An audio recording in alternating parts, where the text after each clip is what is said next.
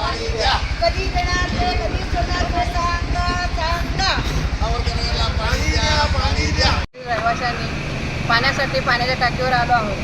पाण्याचे आश्वासन वेगवेगळ्या प्रकारे वेगवेगळे नगरसेवक दिले जातात.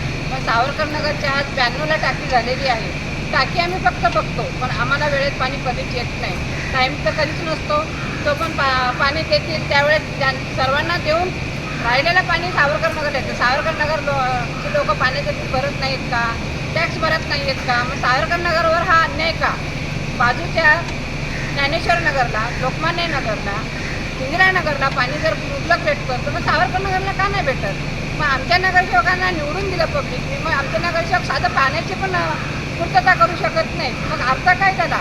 मग हे कधी करणार तुम्ही? फक्त पाण्याच्या मिटिंगी घेता, पाण्याचे काय प्लॉट बघितले जातात. टाकी आहे, बाजूला टाकीचं काम चालू आहे, ते तरी पूर्ण करा.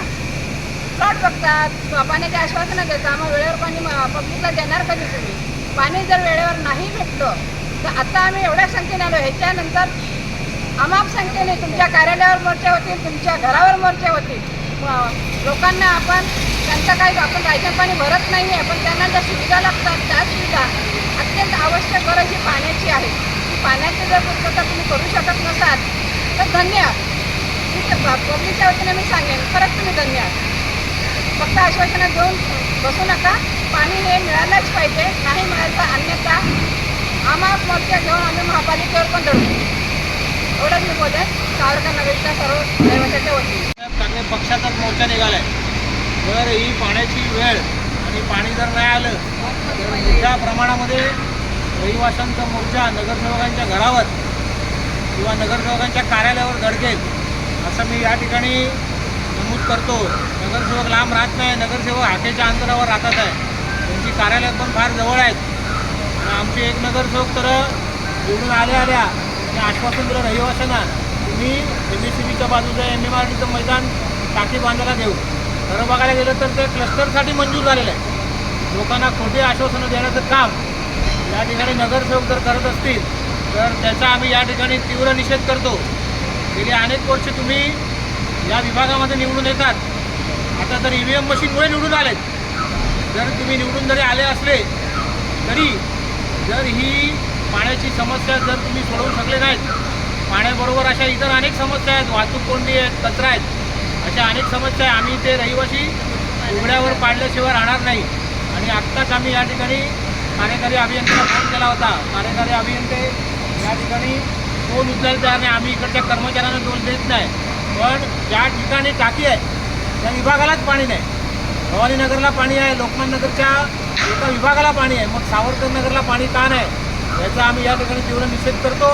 आम्ही तुम्हाला काही ठराविक मुदत देतो आहे.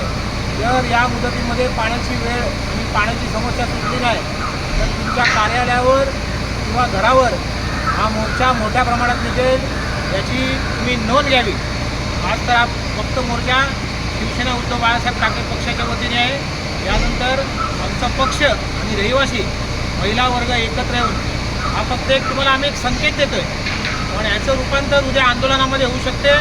याची दखल ठाणे महापालिका आयुक्तांनी आणि प्रशासनाने घ्यावी अशी मी या ठिकाणी विनंती करतो. या ठिकाणी महिला पाणी नसल्यामुळे मडकी घेऊन आल्या आहेत आणि आम्ही या ठिकाणी महापालिका प्रशासनाचा या ठिकाणी जाहीर निषेध करतो. फक्त इलेक्शन तोंडावर आल्यानंतरच पाणी वेळेवर येते. आणि जशी इलेक्शन संपली तसं पाण्याचा टाईम टेबल आणि पाण्याची वेळ चुकलेली आहे.